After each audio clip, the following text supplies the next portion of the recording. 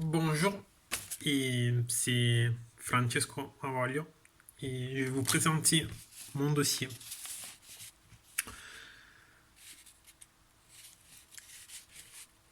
Alors, on nous demande d'analyser des productions de la même élève, euh,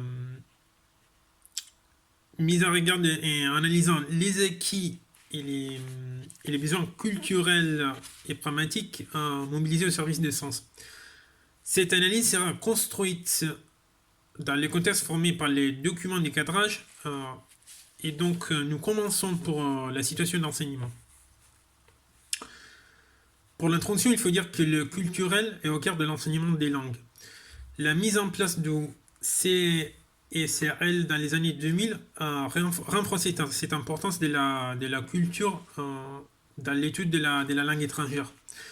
C'est désormais par l'entrée culturelle qu'on aborde les programmes de chaque classe. Ainsi, c'est bel et bien autour de l'élément culturel qu'on s'est construit ces dossiers. Pour les éléments saillants et pertinents de la situation d'enseignement, nous avons donc des productions de la même élève, qui est un élève de classe terminale STMG, dans un lycée des classes en éducation prioritaire. Il y a un groupe de classe de 16 élèves et on vise un niveau entre B1 et B2 à la fin du cycle terminal. La production tir est en tâche intermédiaire produite à la fin de la troisième séance où les, les étudiants doivent travailler sur un dessin animé du président Trump sur les murs qu'il va encore bâtir au Mexique. L'élève doit élaborer cette tâche en écrivant un email à son patron pour le faire savoir ce qu'il avait vu sur les recrutements des engins à la frontière.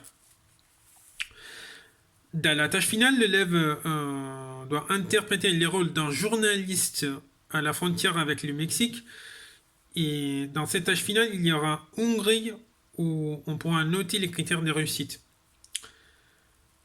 La séquence portant sur l'immigration des Mexicains aux États-Unis s'inscrit particulièrement bien dans la notion proposée espace-échange. Pour la réforme au programme officiel, il faudra travailler sur l'expression écrite et ce sera important l'importance de la compétence culturelle comme entrée dans la langue. Pour la mise en perspective des documents de contexte par rapport à la situation d'enseignement, le document 3B montre qu'il ne faut pas juste apprendre les normes linguistiques et textuelles, mais il faut également assimiler les entrées, les impressions, les savoirs. Il faut alors s'ajuster au contexte. Les documents 3C montrent qu'il faut s'adapter, il faut adapter l'enseignement du langue autour d'un projet, autour d'un tâche, pour atteindre les objectifs d'apprentissage et des savoirs. Ce n'est pas important de juste accumuler des savoirs, mais il faut les bien maîtriser. Et il faut être comme un chef de cuisine qui est bien capable d'utiliser ces ingrédients. Le document 3D manifeste le fait qu'il est fondamental de connaître la culture d'un pays, car sinon cela va engendrer forcément des contresens. Les élèves seront ainsi plus motivés et ils pourront mieux apprendre la langue et ils peuvent mieux apprendre ces faits des langues quand ils les associent à des effets culturels. En ce qui concerne la problématique, nous allons proposer comment bâtir un vrai parcours d'apprentissage sur une langue en faisant du culturel l'élément le plus important pour permettre aux élèves de bien maîtriser la culture d'un pays dont ils étudient la langue. Je la répète, comment bâtir un vrai parcours d'apprentissage sur une langue en faisant du culturel l'élément le plus important pour permettre aux élèves de bien maîtriser la culture du pays, d'un pays dont ils étudient la langue. En ce qui concerne les productions des élèves, comme nous avons dit, le niveau visé est un niveau entre bien en B2, plutôt en B2, pour se bien exprimer de façon claire et détaillée sur une grande gamme de sujets.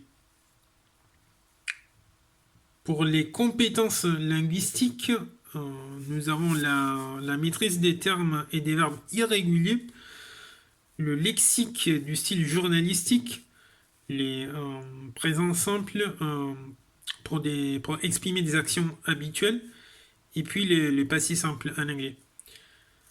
Pour la production d'IA, dans l'ensemble, il y a un bon niveau de langue. Il faut juste faire attention au passé du verbe catch, qui n'est pas bien écrit parce que l'élève a mis catched au lieu de code. Et il y a dans l'ensemble une bonne maîtrise du langage journalistique. Dans la production de B, il y a plusieurs erreurs de temps au passé. Il y a pas de maîtrise de la forme pour exprimer les larges, parce que l'élève ne dit pas, n'utilise pas le verbe être, mais le verbe avoir. Il faut faire attention aussi au did plus la forme verbale qui n'est pas utilisée.